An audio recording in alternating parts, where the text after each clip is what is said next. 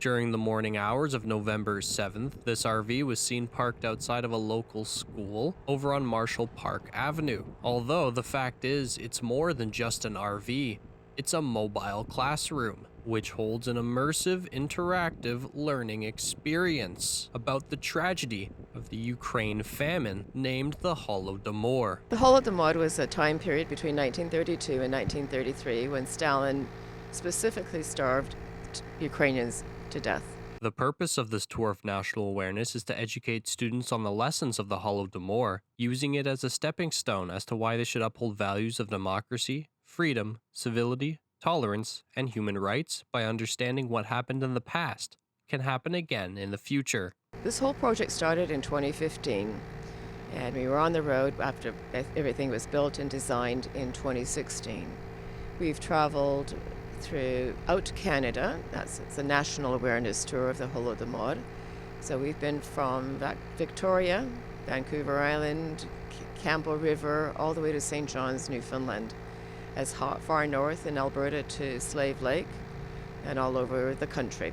So we not only engage schools as we are today, but we also engage communities by showing them documentaries about the Holodomor so they can understand what happened, not most importantly, learn what happened, because it is a relatively unknown genocide of the 30s that had a large impact on the number of deaths. One thing that really stands out about it is how interactive of a learning experience it is for the students, and you have quite the setup. You have a large panoramic TV and you have iPads that are given out to each of the students. How long did it take to get it to this level?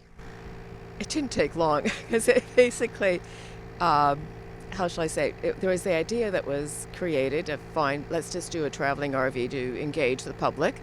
But then we says, well, why not do a lesson? So the first lesson is based on the historian's craft.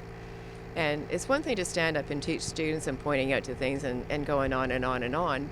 But in reality, doing an interactive, hands-on teaching does retain that information that you've been taught.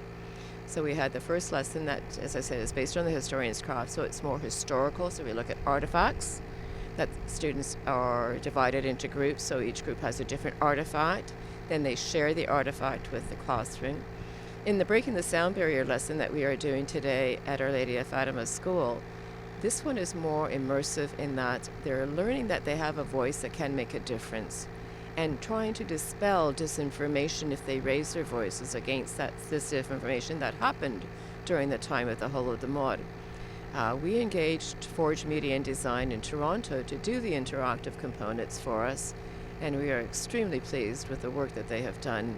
We've actually given them a challenge into doing something like this because it's never been done, and the challenge that we've given them has earned global international awards.